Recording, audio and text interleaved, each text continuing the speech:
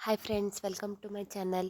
ನಾನಿವತ್ತು ನಿಮಗೆ ಮೂಲಂಗಿ ಸೊಪ್ಪಿನ ಪಲ್ಯವನ್ನು ಹೊಸ ರೀತಿಯ ವಿಧಾನದಲ್ಲಿ ಹೇಗೆ ಮಾಡೋದು ಅಂತ ತೋರಿಸ್ಕೊಡೋಕ್ಕೆ ಬಂದಿದ್ದೀನಿ. ಈ ಅಡುಗೆಯನ್ನು ನಮಗೆ ಹೇಳ್ಕೊಡ್ತಾ ಇರೋದು ಮೀನಾಕ್ಷಿ ಭಟ್ ಬೆಂಗಳೂರು ಅವರು. ಹಾಗೆ ಇದಕ್ಕೆ ವಾಯ್ಸ್ ಓವರ್ ಕೊಟ್ಟಿರೋದು ದೀಪಾ ಭಟ್ ಬೆಂಗಳೂರು. ಇದನ್ನು ನಿಮ್ಮ ಮನೆಗಳಲ್ಲೂ ಮಾಡಿ ನೋಡಿ, ತುಂಬಾ ರುಚಿಯಾಗಿರುತ್ತೆ ಮತ್ತು ತುಂಬಾ ಟೇಸ್ಟಿ ಆಗಿರುತ್ತೆ. ಮತ್ತು ಮೂಲಂಗಿ ಪಲ್ಯವನ್ನು ಇಷ್ಟಪಡದೆ ಇರುವಂಥವರು ಕೂಡ ಇದನ್ನು ತಿಂತಾರೆ. ಒಮ್ಮೆ ನಿಮ್ಮ ಮನೆಗಳಲ್ಲೂ ಟ್ರೈ ಮಾಡಿ ನೋಡಿ. ಹಾಯ್ ಹಲೋ ವೀಕ್ಷಕರೇ, ಇವತ್ತು ನಿಮಗೆ ಮೂಲಂಗಿ ಸೊಪ್ಪಿನ ಪಲ್ಯವನ್ನು ಮಾಡೋದನ್ನು ತೋರಿಸ್ತಾ ಇದ್ದೀವಿ. ಈಗ ಮೂಲಂಗಿ ಸೊಪ್ಪನ್ನು ತುಂಬ ಚೆನ್ನಾಗಿ ಉಪ್ಪು ಹಾಕಿ ತೊಳೆದು ಅದನ್ನು ಸಣ್ಣದಾಗಿ ಹೆಚ್ಚಿಟ್ಕೊಂಡಿದ್ದೀವಿ.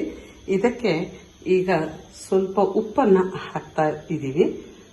ಈ ಉಪ್ಪನ್ನು ಚೆನ್ನಾಗಿ ಸೇರಿಸ್ಕೊಂಡು ಇದನ್ನು ಚೆನ್ನಾಗಿ ಕಿವುಚಿ ರಸವನ್ನು ತೆಕ್ಕೋಬೇಕಾಗತ್ತೆ. ಇದನ್ನು ಈ ಥರ ಸರಿಯಾಗಿ ಕಿವುಚಿ ಈ ಸೊಪ್ಪಿನ ರಸವನ್ನು ತೆಕ್ಕೊಂಡಾಗ ಇದರಲ್ಲಿ ಇರುವಂತಹ ಸ್ವಲ್ಪ ಮಟ್ಟಿಗಿನ ಕಹಿ ಅಂಶ ಹೋಗುತ್ತೆ. ಆಗ ಪಲ್ಯ ರುಚಿಕರವಾಗಿರುತ್ತೆ. ಈ ಥರ ಇದನ್ನು ಚೆನ್ನಾಗಿ ಕಿವುಚಿ ಸ್ವಲ್ಪ ಸಮಯ ಇದನ್ನು ಹಾಗೆ ಬಿಡಬೇಕಾಗತ್ತೆ. ಈ ಮೂಲಂಗಿ ಸೊಪ್ಪಿನ ಪಲ್ಯ ಮಾಡೋದಕ್ಕೆ ನಾವು ಮಸಾಲೆಯನ್ನು ರೆಡಿ ಮಾಡ್ಕೋತಾ ಇದ್ದೀವಿ. ಇದನ್ನು ಪೌಡರ್ ಮಾಡ್ಕೋಬೇಕಾಗತ್ತೆ. ಇದಕ್ಕೆ ಈ ಬಾಣಲೆಗೆ ನಾವು ಸ್ವಲ್ಪ ಕಡಲೆಬೇಳೆ 1 ಚಮಚ ಮತ್ತೆ ಇನ್ನೂ 1 ಚಮಚವನ್ನು ಸೇರಿಸ್ಕೊಂಡೆ. 3 ಚಮಚದಷ್ಟು ಇದಕ್ಕೆ ಕಡಲೆಬೇಳೆಯನ್ನು ನಾವು ಸೇರಿಸ್ಕೊಳ್ತಾ ಇದ್ದೀವಿ. ಈಗ ಸ್ಟವ್ ಅನ್ನು ಹಚ್ಕೋತಾ ಇದ್ದೀವಿ. ನೋಡಿ ವೀಕ್ಷಕರೇ, ಇದನ್ನ ಸಣ್ಣ ಉರಿಯಲ್ಲೇ ಇಟ್ಕೋಬೇಕಾಗತ್ತೆ. ಮೀಡಿಯಂ ಉರಿಯಲ್ಲಿ ಇದನ್ನು ಹುರಿಬೇಕಾಗತ್ತೆ. ಇದರ ಜೊತೆಗೆ ನಾವು ಇದು ಒಂದು ಸ್ವಲ್ಪ ಹೊಂಬಣ್ಣ ಬರಬೇಕು. ಯಾಕೆಂದ್ರೆ ಕಡಲೆಬೇಳೆ ಸ್ವಲ್ಪ ದಪ್ಪನಾಗಿರುತ್ತೆ. ಇದಕ್ಕೆ ಇನ್ನೂ ಬೇರೆ ಬೇರೆ ಕಾಳುಗಳನ್ನು ಸೇರಿಸಬೇಕು. ಆದರೆ ಇದು ಒಂದು ಹಂತ ಇದು ಸ್ವಲ್ಪ ಹುರಿಬೇಕು. ಕಡಲೆಬೇಳೆ ಸ್ವಲ್ಪ ದಪ್ಪನಾಗಿರೋದ್ರಿಂದ ಇದಕ್ಕೆ ನಾವು ನಂತರದಲ್ಲಿ ಉದ್ದಿನಬೇಳೆ, ಹಾಗೆ ಸಾಸಿವೆ ಮತ್ತು ಜೀರಿಗೆ, ಇದನ್ನು ಒಣಮೆಣಸಿನಕಾಯಿ ಇವೆಲ್ಲವನ್ನು ಸೇರಿಸಬೇಕಾಗತ್ತೆ. ಅದಕ್ಕೆ ಮೊದಲು ಸ್ವಲ್ಪ ಈ ಕಡಲೆಬೇಳೆ ಹುರಿಬೇಕು. ಇದು ಸ್ವಲ್ಪ ಮಟ್ಟಿಗಿನ ಬಣ್ಣ ಬದಲಾಯಿಸ್ತಾ ಇದ್ದ ಹಾಗೆಯೇ ಇದಕ್ಕೆ ನಾವು ಉದ್ದಿನಬೇಳೆಯನ್ನು ಹಾಕೋಬೇಕು. ನೋಡ್ತಾ ಇದ್ದೀರಲ್ಲ ವೀಕ್ಷಕರೇ, ಇದು ಸ್ವಲ್ಪ ಬಣ್ಣ ಬದಲಾಗಿದೆ. ನೋಡ್ತಾ ಇದ್ದೀರಲ್ಲ, ಕಾಣಿಸ್ತಾ ಇದೆ ಅನ್ಕೊಳ್ತಾ ಇದ್ದೀನಿ. ಇದಕ್ಕೆ ಸ್ವಲ್ಪ ಕರಿಬೇವನ್ನ 1, 2, 3 ಎಸಳಷ್ಟು ಕರಿಬೇವನ್ನ ಸೇರಿಸ್ಕೊಳ್ತಾ ಇದ್ದೀವಿ.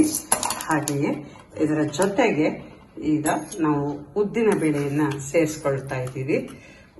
ಉದ್ದಿನ ಬೇಳೆಯನ್ನು ಹಾಕ್ತಾ ಇದ್ದೀವಿ. ನೋಡ್ತಾ ಇದ್ದೀರಲ್ಲ ವೀಕ್ಷಕರೇ, ಉದ್ದಿನ ಬೇಳೆಯನ್ನ 1.5 ಸ್ಪೂನ್ ಅಷ್ಟು ಸೇರಿಸ್ಕೊಳ್ತಾ ಇದ್ದೀವಿ. ಈಗ ಇದನ್ನ 1-2 ಸಲ ಹುರ್ಕೊಂಡು ನಂತರದಲ್ಲಿ ಇದಕ್ಕೆ ಒಣಮೆಣಸಿನಕಾಯಿ ಹಾಗೆ ಸಾಸಿವೆಯನ್ನು ಕೂಡ ಸೇರಿಸ್ಕೊಳ್ಬೇಕಾಗತ್ತೆ. ಕಾಣಿಸ್ತಾ ಇದೆಯಲ್ಲ ವೀಕ್ಷಕರೇ, ಒಣಮೆಣಸಿನಕಾಯಿಯನ್ನ ಸೇರಿಸ್ಕೊಳ್ತಾ ಇದ್ದೀವಿ. ಈಗ 10-12 ಒಣಮೆಣಸಿನಕಾಯಿ, ನಮಗೆ ಖಾರಕ್ಕೆ ಎಷ್ಟು ಬೇಕು ಅಷ್ಟು ಒಣಮೆಣಸಿನಕಾಯಿನ ನಾವು ಸೇರಿಸ್ಕೋಬೇಕಾಗುತ್ತೆ. ಇದೆಲ್ಲವನ್ನು ನಾವು ಒಣ ಹುರಿಬೇಕು. ಇದಕ್ಕೆ ಎಣ್ಣೆ ಸೇರಿಸೋದಾಗ್ಲಿ ಮಾಡಬಾರ್ದು. ಇದನ್ನ ಒಣವಾಗಿ ಹುರಿಬೇಕು. ಒಂದಾದ ಮೇಲೆ ಒಂದರಂತೆ ಇದು ಚೆನ್ನಾಗಿ ಹುರಿದ ಮೇಲೆ ಇದನ್ನ ನಾವು ಪೌಡರ್ ಮಾಡಿ ತೆಗೆದು ಒಂದು ಕಡೆ ಇಟ್ಕೋಬೇಕಾಗತ್ತೆ. ನೋಡ್ತಾ ಇದ್ದೀರಲ್ಲ ವೀಕ್ಷಕರೇ, ಈ ತರದಲ್ಲಿ ಚೆನ್ನಾಗಿ ಹುರಿಬೇಕು. ಸ್ವಲ್ಪ ಮಟ್ಟಿಗೆ ಇವೆಲ್ಲ ಹೊಂಬಣ್ಣ ಬರಬೇಕು. ಹೊಂಬಣ್ಣ ಬರುವ ತನಕ ಇದನ್ನ ಹುರಿಬೇಕು. ನೋಡ್ತಾ ಇದ್ದೀರಲ್ಲ ವೀಕ್ಷಕರೇ, ಇದಕ್ಕೆ ಸ್ವಲ್ಪ ಹೊಂಬಣ್ಣ ಬಂದಾಗ ಧನಿಯಾ 3 ಟೀ ಸ್ಪೂನ್ ಅಷ್ಟು ಧನಿಯಾವನ್ನ ಹಾಕ್ತಾ ಇದ್ದೀವಿ. ಇದನ್ನ ಪೌಡರ್ ಮಾಡ್ಕೊಳ್ಳೋದಕ್ಕೆ ಮೊದಲು ಕಡಲೆಬೇಳೆ, ಅದು ಸ್ವಲ್ಪ ಹುರಿದ ನಂತರ ಉದ್ದಿನ ಬೇಳೆ, ಅದು ಸ್ವಲ್ಪ ಹುರಿದ ನಂತರದಲ್ಲಿ ಕರಿಬೇವು, ಹಾಗೆ ಒಣಮೆಣಸಿನಕಾಯಿ ಮತ್ತೆ ಧನಿಯಾ ಇಷ್ಟನ್ನು ಸೇರಿಸಿ ನಾವು ಮಂದ ಉರಿಯಲ್ಲಿ ಇದನ್ನ ಸೇರಿಸ್ಕೊಳ್ತಾ ಇದ್ದೀವಿ. ಈಗ ಸಾಸಿವೆಯನ್ನ ಹಾಕ್ತಾ ಇರುವಂತದ್ದು. ಚಿಕ್ಕ ಸ್ಪೂನಲ್ಲಿ ಸಾಸಿವೆಯನ್ನ 2 ಸ್ಪೂನ್ ಹಾಕಿದ್ದೀವಿ. ಇದಕ್ಕೆ ಜೀರಿಗೆ ಕೂಡ ಸೇರಿಸ್ತಾ ಇದ್ದೀವಿ. ಇದು ಕೂಡ ನಿಮಗೆ 2 ಸ್ಪೂನ್ ರಷ್ಟು ಸೇರಿಸ್ತಾ ಇದ್ದೀವಿ. ಇದನ್ನೆಲ್ಲ ಒಣ ಹುರಿದು ತೆಗೆದಿಟ್ಕೋಬೇಕು. ಮೊದಲು ದಪ್ಪನಾಗಿರುವಂತಹ ಕಡಲೆಬೇಳೆ, ಸ್ವಲ್ಪ ಹುರಿದ ನಂತರ ಉದ್ದಿನಬೇಳೆ, ಅದು ಸ್ವಲ್ಪ ಹುರಿದ ನಂತರದಲ್ಲಿ ಕರಿಬೇವು, ನಂತರ ಕೊತ್ತಂಬರಿ ಬೀಜ, ಹಾಗೆ ಒಣಮೆಣಸಿನಕಾಯಿ, ಸಾಸಿವೆ ಮತ್ತು ಜೀರಿಗೆ. ಶಬ್ದ ಕೇಳಿಸ್ತಾ ಇದೆಯಲ್ಲ ವೀಕ್ಷಕರೇ, ಚಟ ಚಟ ಶಬ್ದ ಬರೋ ತನಕ ಹುರ್ಕೋಬೇಕಾಗತ್ತೆ. ಇದನ್ನೆಲ್ಲ ಹುರಿದ ನಂತರದಲ್ಲಿ ಈಗ ಕೊನೆಯಲ್ಲಿ ಇದಕ್ಕೆ ನಾವು ಇಂಗನ್ನು ಸೇರಿಸ್ಕೊಳ್ತಾ ಇದ್ದೀವಿ. ಇಂಗು ಎಲ್ರಿಗೂ ಇಷ್ಟ ಆಗೋದಿಲ್ಲ, ಆದರೆ ಇದಕ್ಕೆ ಇಂಗನ್ನು ಹಾಕಲೇಬೇಕು. ಇದಕ್ಕೆ ಘಮ ಕೊಡುವಂಥದ್ದು ಮತ್ತು ರುಚಿ ಕೊಡುವಂಥದ್ದು, ಇದರ ರುಚಿಯನ್ನು ಹೆಚ್ಚಿಸುವಂಥದ್ದು ಇಂಗು. ಲಾಸ್ಟಲ್ಲಿ ಕೊನೆಯಲ್ಲಿ ಇಂಗನ್ನು ಹಾಕಿ ಈಗ ಆಫ್ ಮಾಡಬೇಕು. ಈಗ ಆಫ್ ಮಾಡಿ ಇದನ್ನು ಒಂದು ಪಕ್ಕದಲ್ಲಿ ಇಟ್ಕೊಳ್ಳೋಣ. ಇದು ಸ್ವಲ್ಪ ತಣ್ಣಗಾದ ಮೇಲೆ ಇದನ್ನು ಪುಡಿ ಮಾಡ್ಕೋಬೇಕಾಗತ್ತೆ. ನೋಡಿ ವೀಕ್ಷಕರೇ, ಈಗ ಇದು ತಣ್ಣಗಾಗಿದೆ. ಇದನ್ನು ನಾವು ಒಂದು ಮಿಕ್ಸರ್ ಜಾರ್ಗೆ ಹಾಕಿ ಇದನ್ನು ಪುಡಿ ಮಾಡ್ಕೊಳ್ಳೋಣ. ಇದನ್ನು ತರಿಯಾಗಿ ಪುಡಿ ಮಾಡ್ಕೋಬೇಕಾಗುತ್ತೆ. ತುಂಬ ನುಣ್ಣಗೆ ಪುಡಿ ಮಾಡಿದರೆ ಪಲ್ಯ ಚೆನ್ನಾಗಾಗೋದಿಲ್ಲ. ಇದನ್ನು ಸ್ವಲ್ಪ ತರಿಯಾಗಿ ಪೌಡರ್ ಮಾಡ್ಕೊಳ್ಳೋಣ. ನೋಡಿದ್ರಲ್ಲ ವೀಕ್ಷಕರೇ, ಈ ರೀತಿಯಲ್ಲಿ ತರಿಯಾಗಿ ಇರಬೇಕು. ಇದು ನುಣ್ಣಗೆ ಇದ್ರೆ ಪಲ್ಯ ಚೆನ್ನಾಗಾಗೋದಿಲ್ಲ.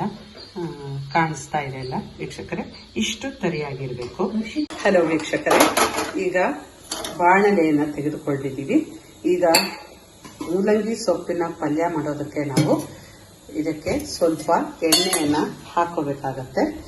ನಾವು ಇದಕ್ಕೆ ಒಂದು ದೊಡ್ಡ ಸ್ಪೂನಲ್ಲಿ, ನಿಮಗೆ ಇಲ್ಲಿ ಕಾಣಿಸ್ತಾ ಇರ್ಬೋದು, ನಾವು ಪಲ್ಯ ತೊಳಸ್ತಾ ಇರುವಂತಹ ಈ ಸ್ಪೂನಲ್ಲಿ ಒಂದು ಸ್ವಲ್ಪ ಜಾಸ್ತಿ ಎಣ್ಣೆ ಬೇಕಾಗತ್ತೆ ಇದಕ್ಕೆ. ಯಾಕೆಂದ್ರೆ ಇದು ಎಣ್ಣೆಯಲ್ಲೇ ಹುರಿಬೇಕು, ಹಾಗಾಗಿ ಇದಕ್ಕೆ ಸ್ವಲ್ಪ ಜಾಸ್ತಿ ಎಣ್ಣೆಯನ್ನು ಹಾಕೋಬೇಕಾಗತ್ತೆ. ಈಗ 3 ಸ್ಪೂನಷ್ಟು ನಾವು ಎಣ್ಣೆಯನ್ನು ಹಾಕೊಂಡಿದ್ದೀವಿ. 3.5 ಸ್ಪೂನಷ್ಟು ಹಾಕೊಳ್ಳೋಣ. ಈಗ ನಾವು ಇದಕ್ಕೆ ಸಾಸಿವೆಯನ್ನು ಹಾಕೋಬೇಕು. ಸಾಸಿವೆ ಮತ್ತೆ ಇದಕ್ಕೆ ನಾವು ಸ್ವಲ್ಪ ಕರಿಬೇವನ್ನು ಕೂಡ ಸೇರಿಸ್ಕೋಬೇಕಾಗತ್ತೆ. ಈ ಕರಿಬೇವು ಅಲಂಕಾರಕ್ಕಾಗಿ, ಮೊದಲು ನಾವು ಪೌಡರ್ ಮಾಡೋದಕ್ಕೆ ಹುರಿಯೋದಕ್ಕೆ ಹಾಕಿದ್ದು ರುಚಿಗಾಗಿ. ಈಗ ಸಾಸಿವೆಯನ್ನು ಹಾಕೊಳ್ತಾ ಇದ್ದೀವಿ. ಇದಕ್ಕೆ 1 ಸ್ಪೂನಷ್ಟು ಸಾಸಿವೆಯನ್ನು ಹಾಕೊಂಡಿದ್ದೀವಿ. ಸಾಸಿವೆ ಚಿಟಿ ಅಂದಾಗ ಇದಕ್ಕೆ ನಾವು ಮೂಲಂಗಿ ಸೊಪ್ಪನ್ನ ಉಪ್ಪಿನಲ್ಲಿ ಕಲಸಿಟ್ಕೊಂಡಿದ್ದೀವಲ್ಲ, ಅದನ್ನ ನಾವು ಚೆನ್ನಾಗಿ ಹಿಂಡಿ ಅದಕ್ಕೆ ಹಾಕಬೇಕಾಗತ್ತೆ. ಸೊ ಈಗ ಸಾಸಿವೆ ಚಿಟಿ ಅನ್ನುವರೆಗೆ ನಾವು ಇದನ್ನ ಹಾಗೆ ಬಿಡೋಣ. ಚೆನ್ನಾಗಿ ತೊಳಸ್ಕೋಬೇಕು. ಒಂದು ಸಲ ತೊಳಸಿದ ನಂತರದಲ್ಲಿ ಇದಕ್ಕೆ ನಾವು ಮತ್ತೆ ಉಪ್ಪನ್ನ ಸೇರಿಸ್ಕೋಬೇಕಾಗುತ್ತೆ. ನಾವು ಹಿಂಡಿ ತೆಗೆದಿರೋದ್ರಿಂದ ಎಲ್ಲ ಉಪ್ಪಿನ ಅಂಶ ಅದರಲ್ಲಿ ಹೋಗಿರುತ್ತೆ. ಈಗ ನಾವು ಪಲ್ಯಕ್ಕೆ ಎಷ್ಟು ಬೇಕು ರುಚಿಗೆ ತಕ್ಕಷ್ಟು ಉಪ್ಪನ್ನು ಹಾಕ್ಕೊಳ್ತಾ ಇದ್ದೀವಿ. ಸಾಮಾನ್ಯವಾಗಿ ಒಂದು 3 ಟೀ ಸ್ಪೂನಷ್ಟು ಉಪ್ಪನ್ನು ಇಲ್ಲಿ ಸೇರಿಸ್ತಾ ಇದ್ದೀವಿ. ಇದು ಆರ್ಗ್ಯಾನಿಕ್ ಉಪ್ಪು, ಹಾಗಾಗಿ ನಿಮಗೆ ಇದು ಬಣ್ಣದಲ್ಲಿ ಕಂದಾಗಿ ಕಾಣಿಸ್ತಾ ಇದೆ. ಇದನ್ನ ಬಳಸಬೇಕು, ಇದರಿಂದ ನಮಗೆ ಅಯೋಡಿನ್ ಸಿಗತ್ತೆ. ಹಾಗಾಗಿ ಈಗ ಹುಳಿ ಪುಡಿಯನ್ನ ಸೇರಿಸ್ತಾ ಇದ್ದೀವಿ. ಇದು ನಮ್ಮ ಉತ್ತರ ಕನ್ನಡ, ದಕ್ಷಿಣ ಕನ್ನಡದ ಜಿಲ್ಲೆಯಲ್ಲಿ ಮಲೆನಾಡಿನ ದಟ್ಟ ಕಾಡಿನಲ್ಲಿ ಸಿಗುವಂತಹ ವಾಟೆಕಾಯಿಯಿಂದ ಮಾಡಿರುವಂತಹ ಪುಡಿ ಇದು. ಇದನ್ನ ಒಂದು 3 ರಿಂದ 4 ಟೀ ಸ್ಪೂನ್ ಅಷ್ಟು ನಾವು ಇದಕ್ಕೆ ಸೇರಿಸ್ಕೊಳ್ತಾ ಇದ್ದೀವಿ. ಇದಕ್ಕೆ ನಾವು ಖಾರ ಎಷ್ಟು ಸೇರಿಸಿರ್ತೇವೋ ಅದಕ್ಕೆ ಹೊಂದಿಕೆ ಆಗುವಷ್ಟು ಹಾಕಬೇಕಾಗತ್ತೆ. ಇವೆಲ್ಲವನ್ನ ಹಾಕಿದ ನಂತರ ಉಪ್ಪು ಮತ್ತು ಹುಳಿಯನ್ನು ಹಾಕಿದ ನಂತರ ಸೊಪ್ಪನ್ನು ಚೆನ್ನಾಗಿ ತಿರುವಿ ಮಿಕ್ಸ್ ಮಾಡ್ಕೋಬೇಕು. ಎಲ್ಲ ಸೊಪ್ಪಿನ ಜೊತೆ ಇದು ಸೇರ್ಕೊಳ್ಬೇಕಾಗತ್ತೆ. ಸೊಪ್ಪನ್ನು ಚೆನ್ನಾಗಿ ಸಣ್ಣ ಉರಿಯಲ್ಲಿ, ಮಂದ ಉರಿಯಲ್ಲಿ ಇದನ್ನ ಹುರಿಬೇಕು. ಚೆನ್ನಾಗಿ ಈ ಹಸಿರು ಬಣ್ಣ ತಕ್ಕ ಮಟ್ಟಿಗೆ ಕಾಣಿಸ್ತಾ ಇದೆ. ಇವಾಗ ಈ ಹಸಿರು ಬಣ್ಣ ಇರೋದಿಲ್ಲ. ಚೆನ್ನಾಗಿ ಹುರಿದಾಗ ಸೊಪ್ಪು ಕಂದು ಬಣ್ಣಕ್ಕೆ ತಿರುಗತ್ತೆ. ಅಲ್ಲಿಯ ತನಕ ನಾವು ಇದನ್ನ ಹುರಿಬೇಕಾಗತ್ತೆ. ಈ ಪಲ್ಯ ಮಾಡಕ್ಕೆ ಸ್ವಲ್ಪ ಸಮಯ ಬೇಕಾಗತ್ತೆ. ಸ್ವಲ್ಪ ಹುರಿದ ನಂತರದಲ್ಲಿ ಇದಕ್ಕೆ ನಾವು ಸ್ವಲ್ಪ ಅರಿಶಿನ ಪುಡಿಯನ್ನು ಸೇರಿಸ್ಕೊಳ್ತಾ ಇದ್ದೀವಿ. ನೋಡ್ತಾ ಇದ್ದೀರಲ್ಲ ವೀಕ್ಷಕರೇ, ಸೊಪ್ಪು ಈ ಬಣ್ಣಕ್ಕೆ ತಿರುಗಬೇಕು. ಈ ಬಣ್ಣಕ್ಕೆ ಬಂದಾಗ ಇದಕ್ಕೆ ಸ್ವಲ್ಪ ಬೆಲ್ಲವನ್ನು ಸೇರಿಸ್ಕೊಳ್ತಾ ಇದ್ದೀವಿ. ಒಂದು 2 ಸ್ಪೂನ್ನಷ್ಟು ಬೆಲ್ಲವನ್ನು ಇದಕ್ಕೆ ಹಾಕೊಳ್ತಾ ಇದ್ದೀವಿ. ಇದು ಸಿಹಿ ಇಷ್ಟ ಆಗೋರು ಇದಕ್ಕೆ ಬೆಲ್ಲವನ್ನ ಈ ಹಂತದಲ್ಲಿ ಸೇರಿಸ್ಕೊಳ್ಬೇಕಾಗತ್ತೆ. ಸೊಪ್ಪು ಚೆನ್ನಾಗಿ ಹುರಿದು ಕಂದು ಬಣ್ಣಕ್ಕೆ ತಿರುಗಿದಾಗ ಇದನ್ನ ಬೆಲ್ಲ ಹಾಕೋಬೇಕು. ಬೆಲ್ಲ ಇಷ್ಟ ಇಲ್ಲದೆ ಇರೋರು ಬೆಲ್ಲವನ್ನ ಸ್ಕಿಪ್ ಮಾಡ್ಬೋದು.